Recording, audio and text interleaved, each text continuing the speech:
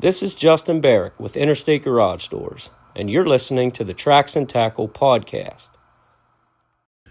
Hey friends, this is Chris from 3B Outdoors Club. You may know me and Lee from various social media outlets, get-togethers, teaching events, and of course now the Tracks and Tackle podcast. We'd like to invite each and every one of you listening to come along for the ride and join 3B Outdoors. Share your traditions with us, and let's create some new ones to share as well. You can find, like, and follow us on Instagram and Facebook. Thanks for your time. Get outdoors.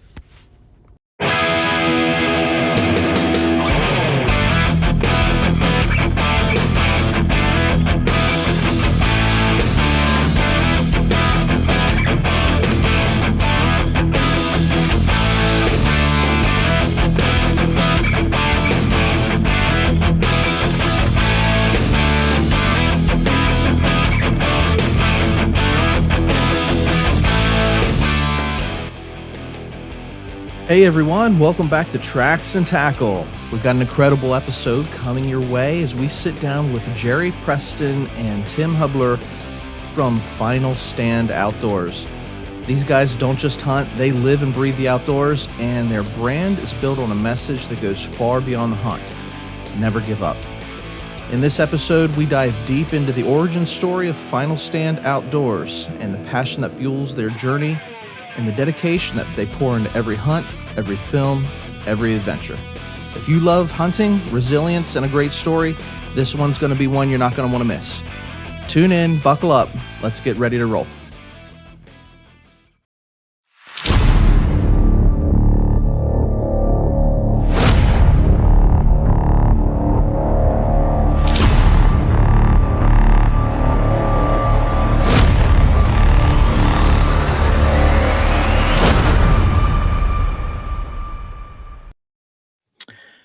Hey, hunting family. Welcome back to Tracks and Tackle. This is the podcast where we discuss everything outdoors, and we got a fun one for you tonight. I got my co-host, Chris Bookman, with me tonight. How you doing, Chris? Good, Ron. How you doing, buddy? Living the dream. That's right. Enjoying the sunshine, right? It's nice. It's been pretty nice. Sunshine and warming up a little bit. It's been a good week.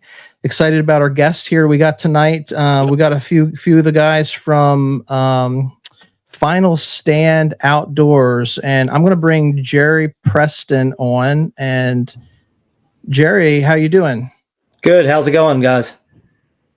Loving life. Yeah, loving life. So Jere, you're coming on for a Final Stand Outdoors. We want to hear your story today. And I think you got your hunting partner Tim is coming. He's going to be hopping in here in a couple minutes. Yep. But why don't you go ahead and give us a couple?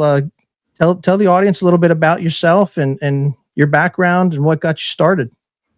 Yeah. So Final Stand came together kind of randomly. I was Tim that'll be here. I was actually coaching his son in baseball. And we were away at a tournament one time, and kids are warming up, and I actually was checking trail cam pictures that I was getting, and he walked by, and he was like, "Oh, that's a nice one." And that's actually how we kind of like introduce ourselves almost. And we just started talking about hunting, and a couple weeks later, he asked if I'd be interested in maybe starting something or getting involved with some of his guys, and then. Not long after that, we had a group chat going, and we had a group chat one day. We're all working and just kind of spitballing about, what we wanted to do, the name, logo, all that kind of stuff. And it was birthed like right there in that group chat one day. And actually, I can't remember if it was Jason or not, but one of their coworkers, like on a napkin or a piece of paper, literally like rough sketched our logo, which that's awesome. It became. And send it out to the group, and we were like, yeah, something like that. That's awesome. So it was just kind of happened. I met through Tim. Tim knew all the other guys. And yeah, we've hit it off, pretty well these last 2 years. Awesome. Well, we got an icebreaker question for him whenever he hops in as well. But that sounds a lot like Chris and I and some of our group, because we're always like brainstorming ideas and trying to come up with the next thing. Sounds like you, Chris. Yeah. Just bridging that gap. Hunting is like the all-purpose flower of social networks. Just, hey man, you hunt, you do this, or like you say, Ron. If I saw a guy with a camo hat on, so naturally kind of drawn to that. But yeah, it's a good icebreaker local for conversation. Yeah. Well, that's it. Like you go to, when I started the podcast, I had these friends and, they didn't hunt. They were younger, and we got a swimming pool at our place. And, the podcast was new. I was looking for guests, and I was just sort of like bringing in anybody that wanted to sit and talk hunting. And we had like a birthday party for my friends. It was like their baby's like first birthday, but they wanted to have a pool party for all the kids and everything. And so, we're hosting. We let them use the property and use the pool, and I'm sort of just hanging out and getting some free cake. And you're sitting there, you're hanging out, and I'm meeting people. But somebody else, we start talking hunting. We start talking about what are your passions? What do you enjoy? And next thing you know, we're talking about this guy's like a state champion duck caller from out in Midwest, and I'm like, man, we got to sit and let's take this and put this on the podcast. So you can find that common thread just about anywhere, whether it's the local baseball game or soccer game or town event. It's kind of funny. It's like you sometimes you just know too. Like if you just see someone, you think in your mind, like, I bet you, he hunts or fishes or whatever. And then they bring something up and you're like, I was right. Like I knew it. Profile one another. Weird how you can like seek that out, just meeting people. Yeah, I remember I used to live in a pretty crowded townhouse neighborhood, and I would sit out on the front, my stoop, and watch the kids play. And I'd notice a guy across the street pulled up in his little sport track SUV, whatever, and he got a bird dog out of the car, and he's got his orange vest on. And then I drove by later, and I can see his Yeti stickers or whatever it was like that, and it's Right. funny how little things like that can really bridge the gap, the ultimate binder, everybody, so. Yeah, it definitely is. So, I mean, that's anyway, that introduction of how like Final Stand got started sounds very familiar to us. And look there, we got Tim. Hey, Tim, how are you doing? Good, man. How you doing? I am great, man. I'm great. Nice to meet you. Yeah, nice to meet you too. Yeah, appreciate you coming on. Jere was just telling us about, how you guys got things rolling, and, gave our listeners a kind of like this overview of Final Stand. But, I want to get your story here tonight and talk through that. But I told Jere we had an icebreaker question for you whenever you got up to the table. So here's my question for you. If you could relive one hunt from your past. Ooh. On the spot. Tell me about that. Yeah, I'm gonna go like heavy hitting right off the bat. I think I know which one it is. I don't know. One hunt from my past. I know it's a loaded question, man. Like he just sat down at the table. Oh, that's good. This guy's killed a lot of deer. He's the right guy to ask then. So I guess does it have to be a kill? No, it's just a hunt. I mean, because look, they're all memories. So that's what's important to us, the memory.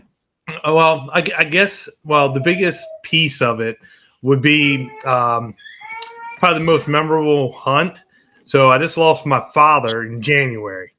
So me, my son, and my dad all had buck tags, and we went to Clearfield County. It's kind of a tradition. And I always, back in the day, I always killed my PA buck with a bow. But the last, I would say probably like 3 or 4 years, I saved it just so I could hunt with him, because I just enjoyed, going to the mountains and kind of making the memories with him. We went up, we got there Friday evening, and we used to have a camp up in Clearfield, but no longer have that. So we actually stay in a motel, and we headed out. Me and my son, we picked this one spot really deep. Everything just aligned like perfect. It was, a self-facing slope, far away from the road. Like everything was just perfect about it. Sun rises and we didn't see anything. But did hear a shot which could have possibly been my dad. And then we ended up making our way out. He wasn't back at the vehicle. So I was like, well, he might have shot one. So we ended up going back in there, and there he was dragging it out. So we ended up helping him get it the rest of the way. That's when a good hunting friend and a partner matters. Oh yeah. And so we got that out, and then my dad's like, well, why don't we do like a little push? And my son and me, we went and sat, and he did a little push up this little ravine, and here come this buck out. And in PA, you have to have 3 on one side. Now the deer was probably 150 yards, 200 yards out, and I'm coaching my son through the shot and everything. And at that point, I couldn't tell if it was a legal buck or not. And he says, I'm on him. I said, well, if you feel good about it, go ahead. And he shot and dropped it. And it turned out it was a decent little 6-point. And then a little bit later, we drug him out. So it was my turn. So I hiked back in, and I got to a spot where there was no human traffic. It was no boot tracks, nothing. Something that really kind of it's a power line, so you kind of see a lot of traffic on a power line, especially because it's easy to get through. Yeah. Yeah. So I ended up getting set up, and I had a doe tag too. I could have shot some doe. As the night started to unfold, doe were moving out, and then I had 2 doe run up to me. They're getting pushed by the buck that I killed. He was an 8-point. I actually passed him at first at like 50 yards. Then they kind of fed out into the power line, and I thought, what better way, to end this hunt with all 3 of us killing bucks in one day. So ended up shooting him. Didn't know, after I killed him, didn't know that was going to be my last hunt with my dad. So yeah, you don't know. Yeah. So, but it was one for the books for sure. So That's what I was going to think. Yeah. That's a good story. I'll share the picture with you guys they got a picture back at the truck of all 3 of them at the truck with their bucks. It's just like it's just such an awesome picture. Yeah, that's it. Like, doubling up is awesome. So to get that 3rd one and everybody, like 3 generations of hunters on the same day, Yeah, that's cool. Yeah, we can come back to that if you guys want to think about any other ones. But each of you tell us your just hunting background, your bios, just real quick. What got you into it and why you're at where you're at? I don't know if you can top that story. It's a pretty good story. No, that's fine. All right, podcast's over. Yeah, no.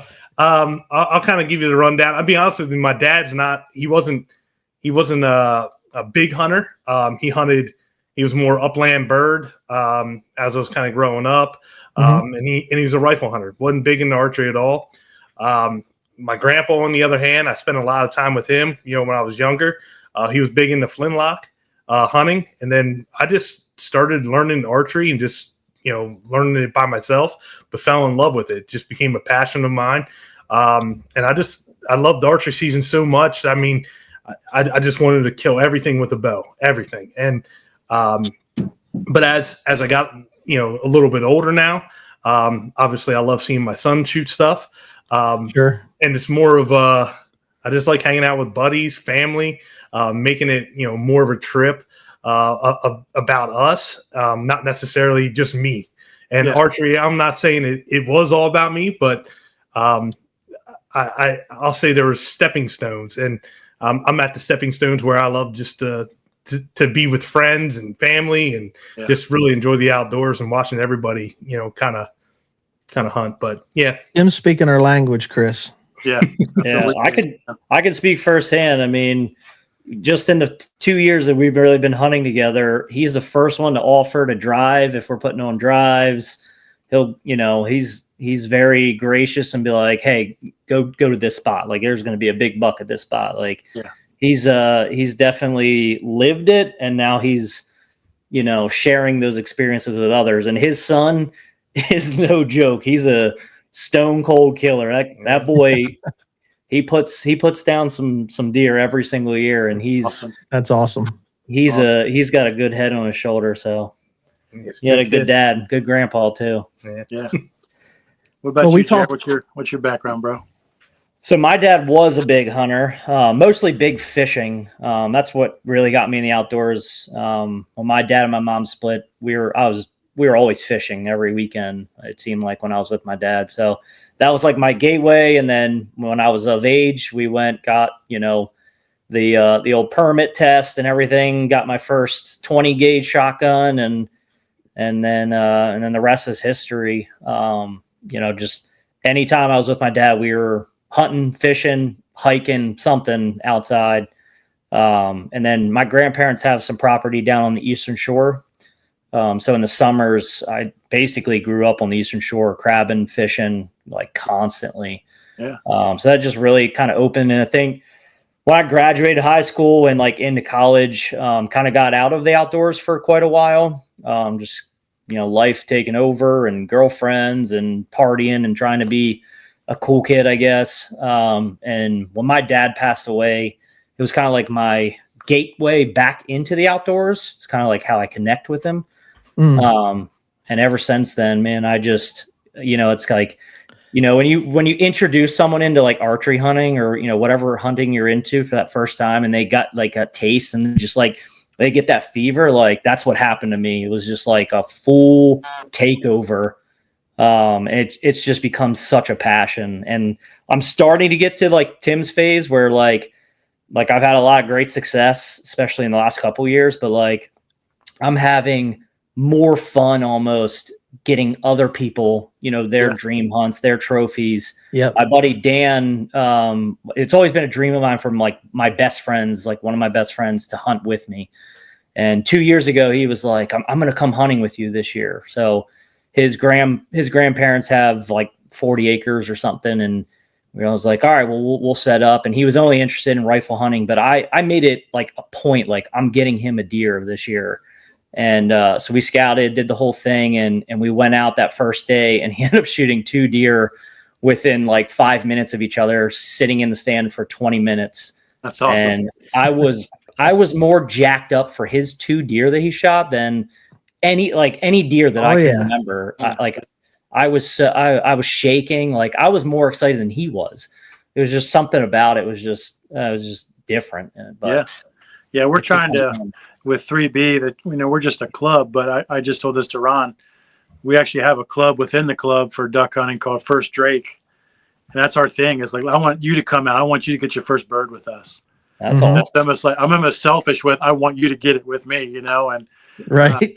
We have stickers and hats that we give out, and we got a flag for pictures and stuff. But especially kids, man. I mean, there's just nothing cooler than that, than getting them hooked on it and just them out, So I was at the Clearfield show this weekend, right? And that's my favorite part of that whole show is talking with the kids and them sharing stories and showing me pictures of their first buck they got last year or something like that. Like there's just something about that, man. It's so rewarding. Yeah.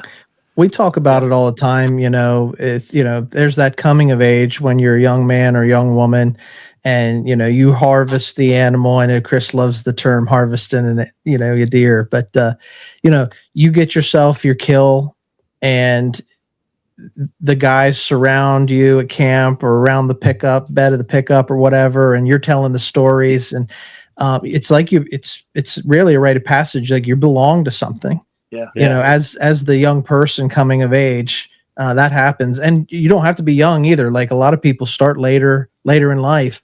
Yeah. And I'm just sitting here thinking when you said, Tim, about like, there's kind of like different phases. When I was young, I wanted to go out and I wanted to kill deer, or I wanted to catch fish or whatever the thing my target game was.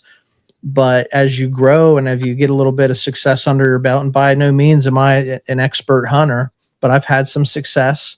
And so I take a little bit more joy. I get pumped for my hunting buddies to be successful too, just like you're talking about. And it's like bow hunting versus rifle hunting. I got buddies that want to rifle hunt because they want to kill deer.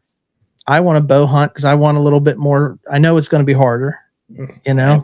And so like there's just like these varying levels, but it doesn't matter. Like one's not more important than the other. It's just wherever you're at, hunt your hunt. Mm-hmm. Yep. it pulls you in no matter what. Yeah. Right. There's always a running joke, people that start in rifle hunting, because they did with their dad, or it was a tradition of the family. And then, they'll make a post on Facebook or Instagram or something, and be like, I'm going to get into archery. And everyone will be like, there goes your checkbook. There goes your, you better get rid of your girlfriend. Yeah. Because it's true. Just something. We say about, you were talking about, both of you shared stories about your dad. And, we talk a lot about the importance of a mentor getting you into the sport. One of the questions that we had prepared was, just stating the fact that hunting is a personal sport. Like it's a personal experience. And so talk to me about that drive. Like what drives you guys to keep going? Because once you do achieve certain success in certain areas, can you elaborate on, it doesn't get old, right? And I think anybody in our audience and certainly those that follow you understand that, like there's always a next challenge. Yeah. I think for me personally it's just like each hunt is something different. Like it's not a routine, like 9-to-5 job and kind of thing. Like each hunt is unique. There's something different about the hunt. And for me, and my wife will laugh when she hears this, but like hunting to me is my church, for anyone that's, faith and Christian based. Like I don't go to a brick and mortar as much as I'd like to anymore. But I use that time to be humble and be quiet and just take in, that moment. And whether that's a deer in front of me, a squirrel that's driving me nuts, or it's pitch dark and just quiet. Like I just use that time to just reflect. It's funny, we were talking earlier about, kind of getting prepped for a self-filmed hunt, but like that first dark morning time, like that's me time. That's what, but then like each hunt is just so unique, and like you learn different things, and like playing the wind, and like learning about scent control, and learning about shot placement. And I think like something that's not talked about, but it is like ethics of hunting, like what's a good shot versus not a good shot. And it's not that it's about ethics. It's about like, to be more successful. What's a good shot, right? Is like, the track that I had this year on my Nebraska deer, what I thought was a perfect shot, but, tracked the buck for over 1.5 miles, so it's like, having the camera there to be able to watch that back or whatever, you just learn so much. Like hunting with him and hunting with the rest of the guys from the team, like they've had different experiences and they've seen different things. So it's just like, it's this constant learning thing for me. And that's just who I am as a person. Yeah. If you ask anyone in my like business life, like they'll just tell you like Jerry's a sponge. Like he was going to be the president one day. Cause I just like learning and just building and building. I think that's what it is for me, is in hunting, is just like, just that next thing. Like what's that next thing that I can improve upon or learn or teach someone? I think that's what drives me personally. And there's always somebody out there that's going to know more. Oh yeah. It's been there. Like I can only take you down the road as far as I've gone myself. Right. So there are things that I can't teach you because I've not gone there myself yet, but somebody has. Yeah. Right. It's funny, every year we go to Nebraska and there's these couple guys from Florida we always see there. And this one guy, he's an older guy, doesn't wear camo, half times just wearing some plaid or whatever. And he kills a monster buck every single year. Yeah. And we always joke and we laugh and be like, man, that guy, he's figured it out. Like he knows everything. So every time we see them, like we go out, get coffee, breakfast, and we're just picking his brain. And he's like telling us things. And it's like, and this is a guy that still carries like probably a 35-pound hang-on steel stand, a mile into the woods on his back. And it's just like, this guy's got some stories. Like, that's great. Well, it's fun to even ask people, even if you think you know the answer, or if you have something that works. I love hearing what other people just think. Yep. I love hearing, their experiences and stuff. So, to piggyback off some of that stuff, tell us about what drives your team, family and faith, and, what's the mission that you guys really have for Final Stand. Sure. I think really the Final Stand piece is truthfully just the drive and kind of dedication that we put into it, and really teaching everyone, don't give up, right? And that was our kind of our motto from the beginning. And, you know, when Jere talks about, you know, challenging and, you know, we challenge ourselves. There's hunts that I've been on that I do. There's a good portion that I want to give up, you know, and you get in, you know, you're beat, you know, you're worn out, things aren't working out the way you wanted to, and you want to, but we chose the name Final Stand because I'll say that each and every one of the team members on there, we don't give up. You know, from, you know, public land, which a lot of us hunt, makes it a little more challenging. It's a little more fulfilling for myself anyway, because I know anyone can pull these tags. Anyone can go after what we're, you know, going after. And to be successful, it's obviously, you know, I'll say an achievement for us. And then, you know, just putting it on video, it's tough self-filming. And I don't know, you know, each and every one of you guys, I'm sure, you know, if you tried it, you do it, it's tough, you know, get that kill shot, carry the extra weight in and all that stuff. But yeah, it really comes down just to, you know, just not giving up, you know, who we are as a team. We want to teach and, you know, as much as possible to the followers what we're doing and how we're being successful out in the woods. Yeah, and the hourglass piece, like in our logo, you know, is pretty important to us because, like, you know, kind of what Tim was saying is like, you know, we're out there grinding like to the very last second, the last day, the last, you know, moment of any hunt, trip, opportunity. You know, most people come after Thanksgiving, after Christmas, aren't hunting a whole lot. You know, there's a very small percentage of people who are still going. We're just getting started with. Right. Putting on drives with all of our friends, you know, we're grinding hard until literally that last day. Even a couple of us in the primitive seasons, like it's a final grind, like literally till the end. So it's just, you know, the time it's always ticking, but we're seeing that hourglass like all the way to the very end. But utilizing every moment of the season that is allotted to you. Yeah, I mean, I'm sitting here, I'm thinking. So I roll up questions and I take notes, you know, as you guys are talking and stuff. I got so many things that I want to talk about deer driving and antler restrictions. You know, that I grew up driving for, you know, we pushed deer a lot.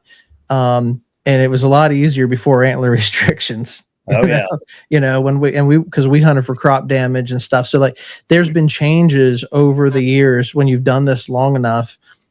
Just from regulations to, I mean, one of the things I was thinking about the day I was on my drive to or home from work, I was thinking about, you know, when I started, you had to wait until you were 12 years old to get your permit and go tag along. You don't have to now in Pennsylvania, at least, you know, you can get that junior out there shadowing you. And I think that things like that really do matter. You know, because you want to get those experiences. We only have so many life years, you know, and we're only in our prime for so long to make those treks into the deep timber of the game lands or the state park or like wherever it is that you're going to get where there are no other boot tracks here, like you said, Tim. Yeah. So yeah, all that's important, you know, but I love what you say about just teaching everyone not to give up, because I know I've had those moments where I don't have much left in me, but I got to get to the ridge of that mountain. And I know somebody's going to be there with a drink for me. You know? Yeah, of course. That hunting partner is going to show up, you know, at the rendezvous spot. So that stuff matters, guys. From a Final Stand perspective, and I love the terminology of your name, like where do you guys want to go? Like, where do you guys see yourselves 5 years from now? Like, do you have a directional compass of where you'd like to see yourselves? Or, you know, I don't want to answer that for you, but are you just, you know, enjoying the ride and bringing as many people along with you as possible? I think that's fair. I mean, we're really just about growth in general. I mean, we don't have there's not a number or anything that's really associated. We're not measuring ourselves with KPIs or anything. It's just about like growing us as individuals, growing the team. You know, his son is getting involved. Jason's son out in Kansas is starting to get involved. So it's like we're almost rebuilding within the team as well. But like, you know, we talk about drives and like we have like such a cool group of guys that we do drives with every single year. And like that's what we want, is just like that brotherhood. Like, that's what I kind of grew up with seeing, is like my dad had all of his buddies and whatnot, and they would hunt and fish together. And so like, that's what this is supposed to be about, is like what we're doing right now is let's have some conversation, talk about hunting. So it's just like, it's growing. And it's, for me, I know it is really important. I know for the other guys, it's important too, but we kind of talked about this earlier. It's like through our videos, like we're sharing, like we're being transparent to the truth, Yep. If we, you see a bad hit or a bad shot, I mean, we're not trying to edit that out or only show the good stuff. Like, we want to share the journey, because as everyone knows, you don't just go out one day, shoot a deer, and then you're done. Like, you've put in 10, 15, however many hunts before, after, whatever, you're grinding. And there's a lot of good and bad things that happen along the way. And like, we want to share that with everyone. We want to share those journeys and that what you have to go through, what you endure, because that end product is pretty rewarding when you get there and you get to share that with your buddies. Yeah. I don't know if you add anything to that, but Yeah. The harder the journey, the more you appreciate the destination. Yeah. I mean, that's what memories are built from. You're speaking our language the whole time. I mean, we're about traditions, and Ron and I are from two different groups. We just met how we met with you guys. We just met started talking, and hey man, we're into the same stuff, but the brotherhood of that, and Right. what you said before, Tim. I mean, I'm the same way, dude. Like, it's hard sometimes because I do feed my family with deer. Mm-hmm. But if I hear one of my nephews or my brothers shoot, I'm like, you need help? I got you, dude. Yeah. Yep. And I said this before too. I have a nephew that, I don't mind saying, I won't be crude when I say it, but his dad was not a good dad. So me and my brothers helped raise him and teach him how to be a man. He hunts, and his success is my success. Right. Makes sense. So, I get excited for him. He killed a really pretty buck this year. I've talked about it a couple of times on the show, posted pictures. Not a monster, not knocking him. Wasn't a monster, just a really pretty 8-point. And it was just such an awesome experience with him. And he's almost 30. He's 30 years old. He's not a kid, but just to share that with him. So you guys you're speaking our language there, but piggyback off that, what's some traditions? I know you guys talked about drives. What traditions and stuff are you guys trying to instill with all of this? Well, you want us to talk about our traditions that we have currently, or whatever? Yeah. So, I don't know, tradition wise, we have a drive season, late season. So each year Maryland does a late season drive, and it's something that we don't ever miss out on. It's a great drive, and it turned into actually Sika deer hunting.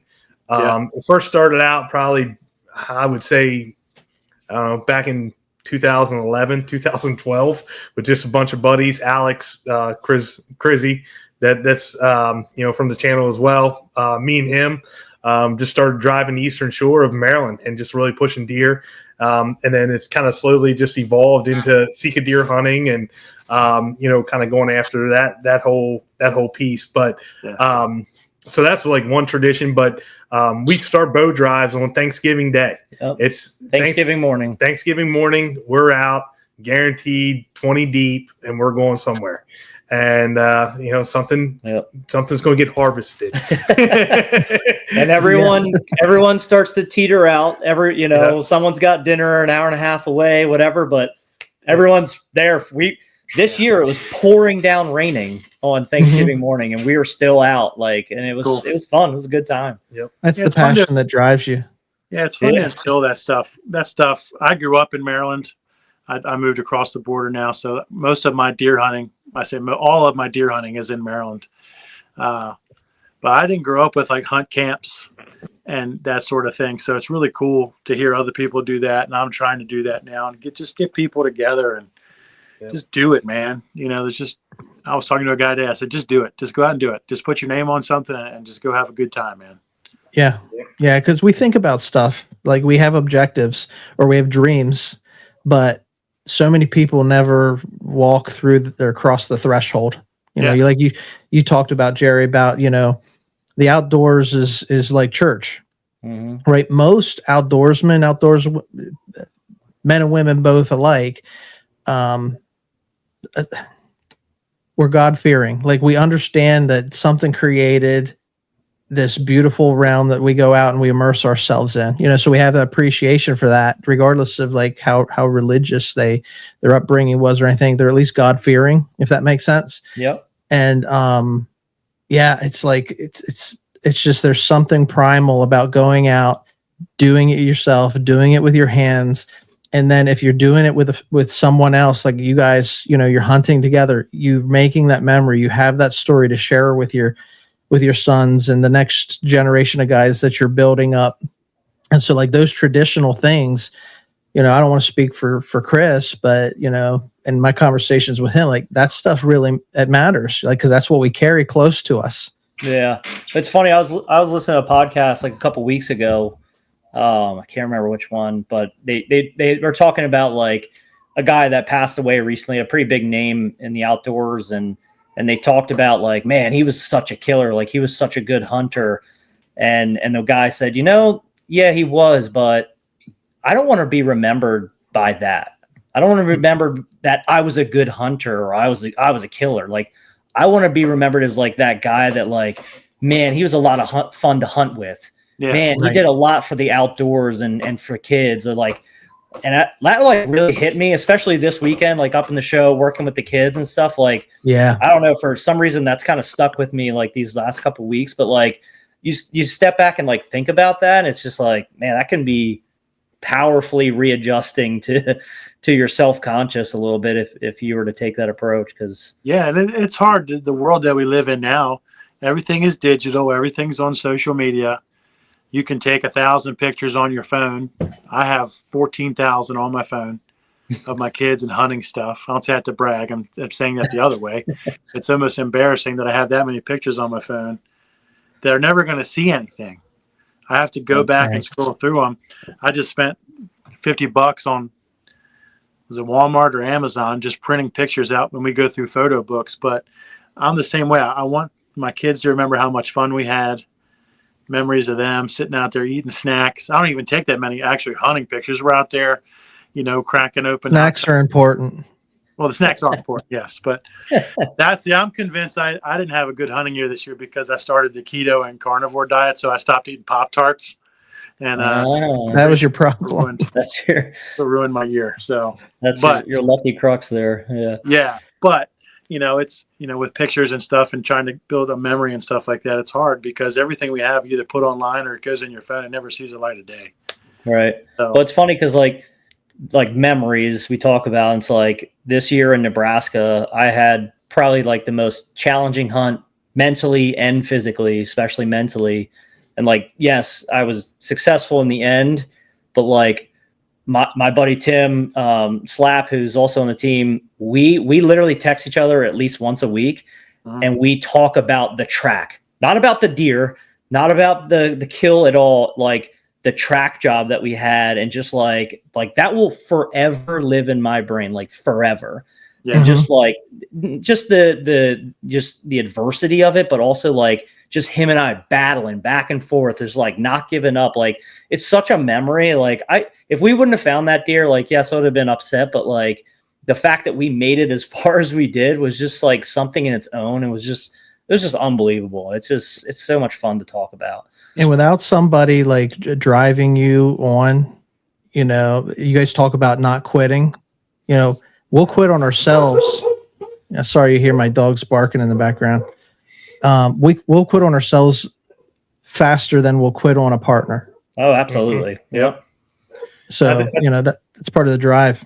Yeah. When you talk about that, it's kind of funny because you have that one hunting buddy that you just never want to let down. Right.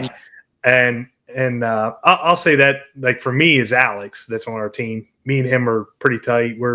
We hunt together a lot. We both went to Colorado this year, elk hunting, and I went out last year elk hunting, well, the year prior, 2023, and I was successful out there on public land. And so I'm like, man, you got to go out here. He wanted to kill an elk. I'm like, we got to go together. So we went back out, last year, and I'll never forget it because we broke up. We seen some elk in the morning. They're like 5 miles away, And he's like, they're up here in this one field. They're between these two pieces of private. And I'm like, Alex, I don't think so. I think they're over here in this other field. 5 miles away, it's hard to tell exactly what field they're going to be in. But anyway, we broke apart, and I was whooped at that point. I'm not going to lie. I'd be honest with you, I didn't want to go any more up. I was like, I'll just go. I'll go the other way. But literally, probably 10 minutes, leaving him, I heard of him bugling, carrying on. So I tried to call him again. Nothing. Text him, nothing. He was on the move. And long and short of it, I ended up running into a different herd before I got to that other herd, and I ended up killing an elk, there too. But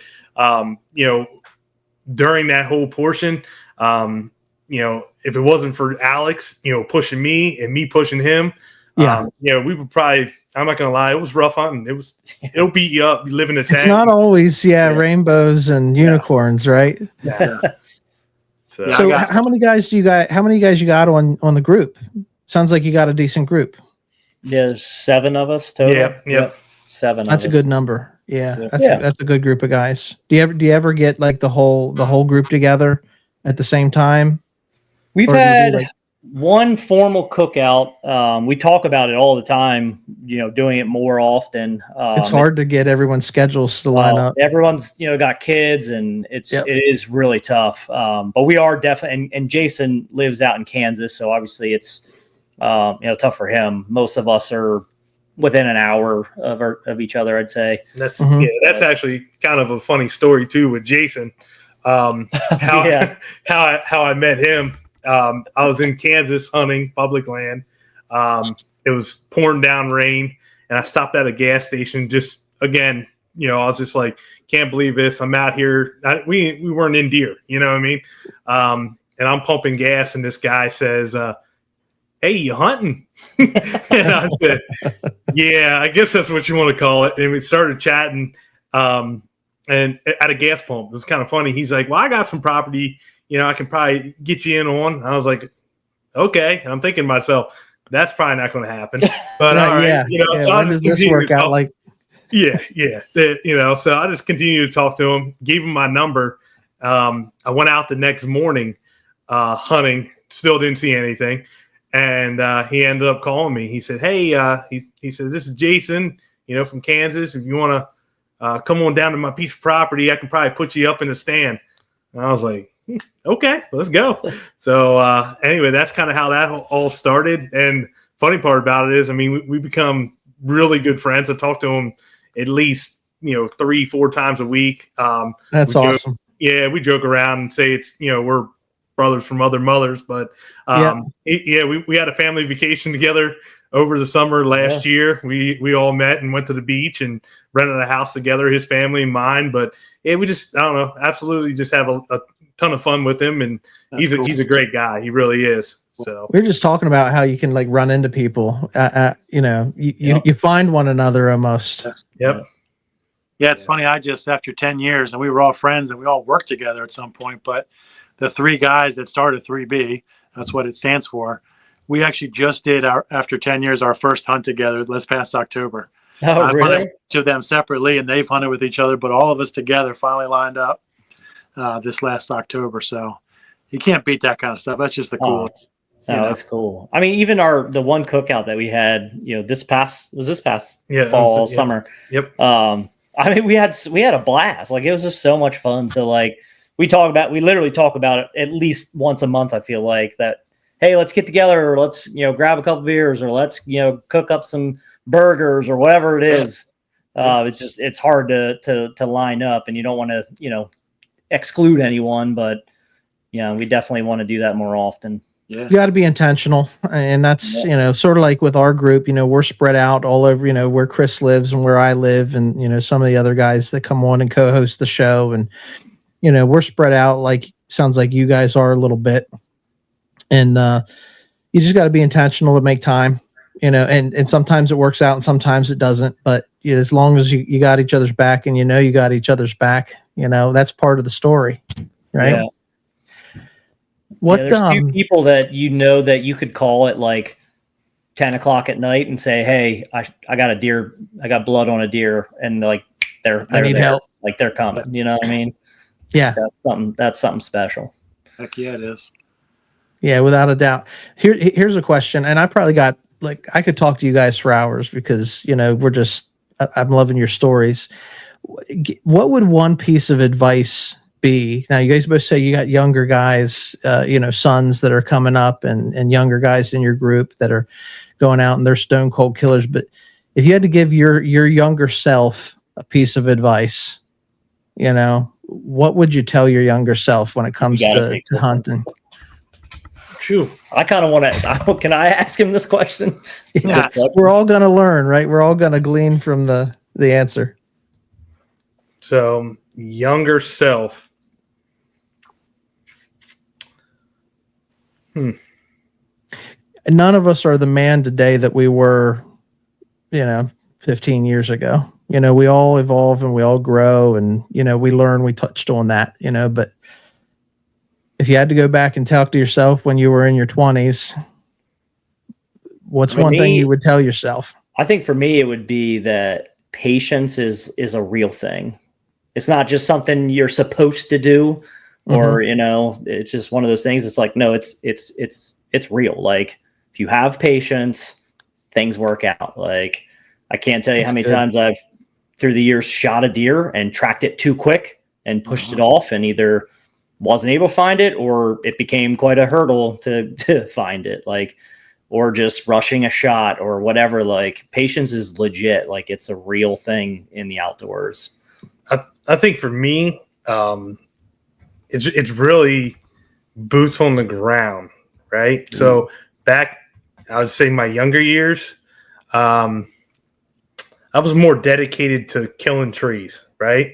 So I knew I could kill a deer in a certain area, and that was like what I did. I almost guaranteed was going to be hunting this tree or that tree.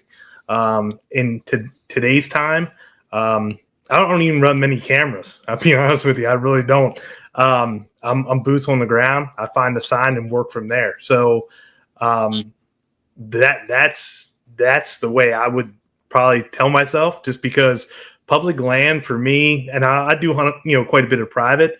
But when I start breaking down public land, deer are so finicky in the fact of once they get bumped or moved or someone goes in, next thing you know, they're, you know, they could be over another ridge or mountainside, whatever. They might have their core area, get it, but their approach might be different. So really boots on the ground, and you know, I say it all the time, but play the wind, because the wind is your best friend. I really do. Well, you can do everything right, Tim, and it doesn't have to be you to bump them. You know, if you're out on public land, it can be, you know, the next guy, the neighbor, you know, whoever, you know, gets out there and leaves their scent behind, and they change their pattern. Oh, yeah. Yep, 100%. Chris, if you had to give your younger self advice, Oh man, you know, Tim, you hit it on the head earlier, dude. Like, I've kind of, and I'm not the great white hunter, you know, I'm not Robert Rourke or Teddy Roosevelt, you know, but I've done it. I've killed nice bucks. I've killed the ducks. I've killed pheasants. Just enjoy the sunrise. Take your time. It's not a race. To just enjoy every second of it, you know. And I'm not trying to sound Mr. Self-righteous, you know, but I took too much of it for, I don't want to say granted, that's not the right way to say it, but I rushed things too much, or I put too much pressure on myself to try to kill something because everybody else did. Just sit out there and enjoy it, man. Just sit out there and enjoy being with, you know, my grandfather passed away about 10 years ago, and he's killed more deer than I've ever seen in my life, you know, and that was his thing to come out with us. He was not a nice person. I don't mean that disrespectfully. We were not friends, but when it was hunting season, he was your hunting buddy. Yeah. You know, so, you know, to go back and just kind of take your time and enjoy all those little moments and stuff. So we'll spin it back to you, Ron. What about you, bro? well, listen, I like what you said. I was just thinking, because you're saying about the sunrise, and we were talking earlier, I don't know if it was when we were rolling or maybe it was before we were recording, but we were talking about how the weather's turned. It's a little bit nicer.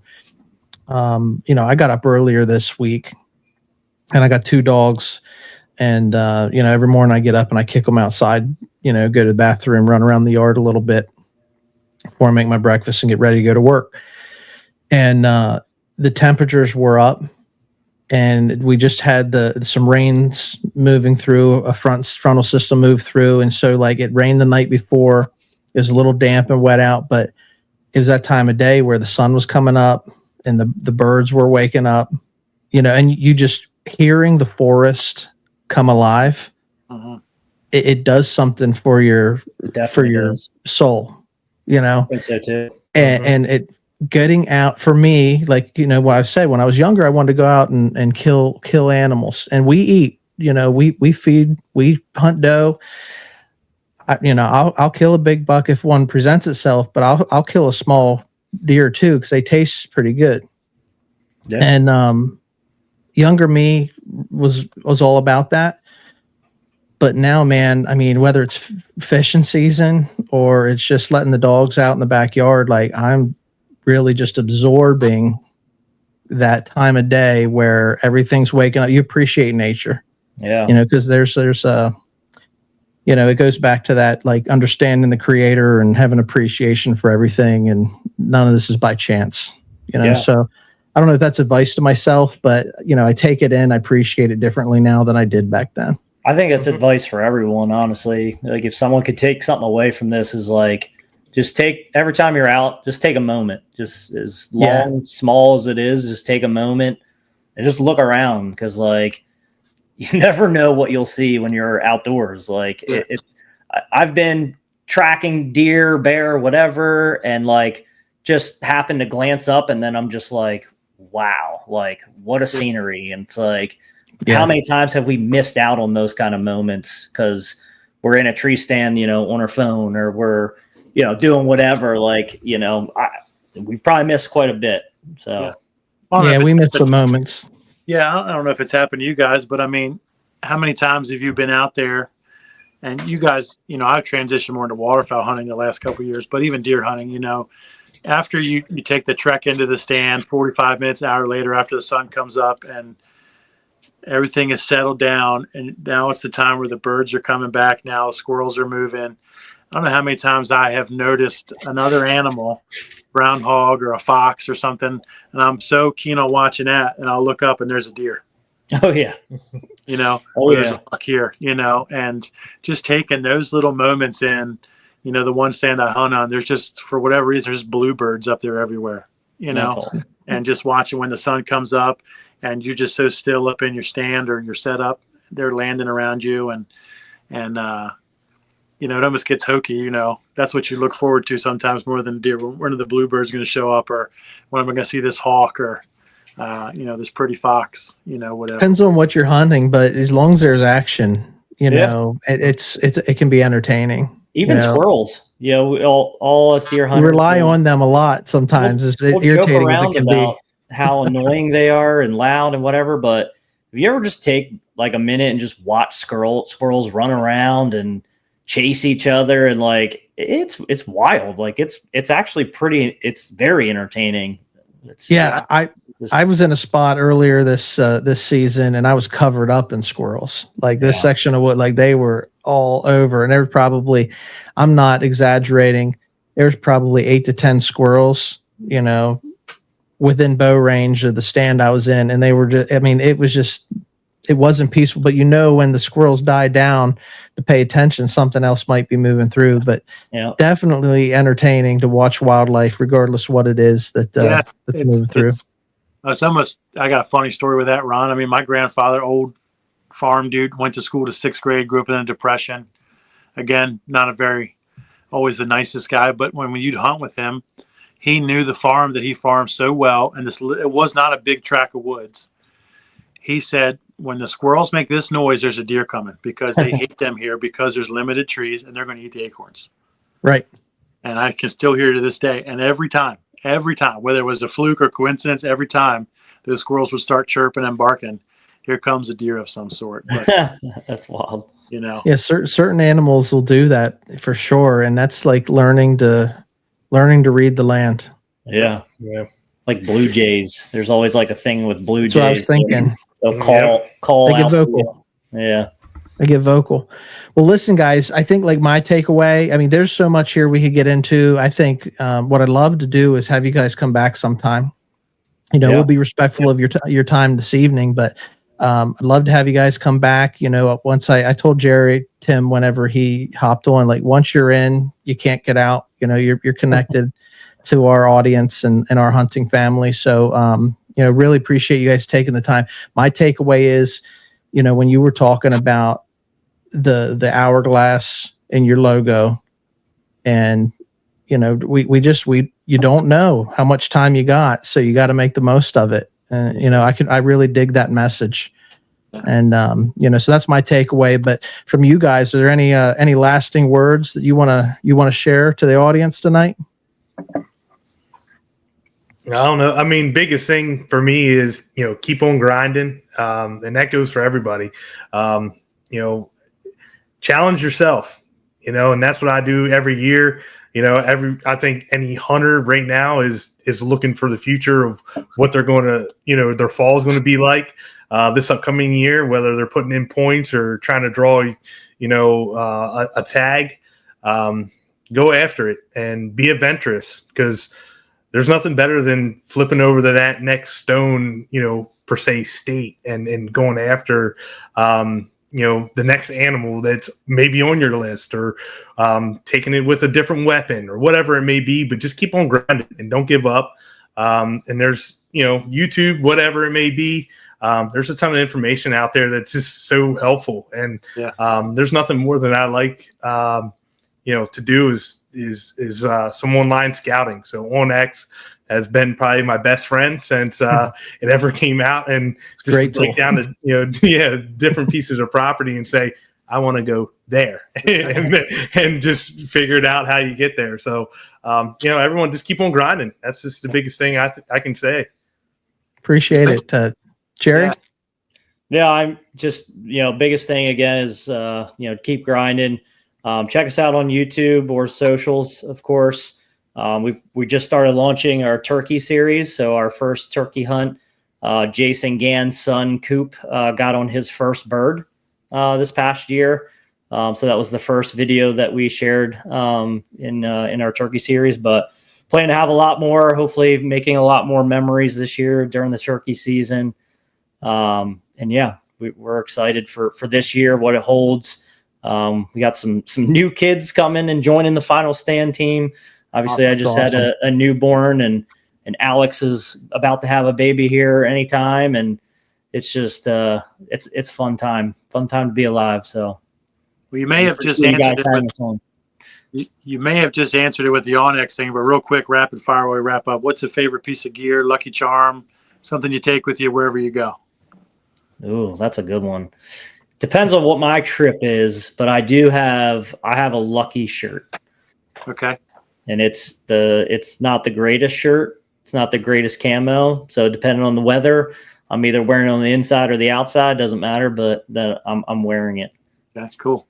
I don't really have anything lucky per se, but I mean, I'm down with tools that work, and we're not in with OnX by any means, but I did use some other hunt apps. I'm just telling you, from my point of view, it's never let me sit.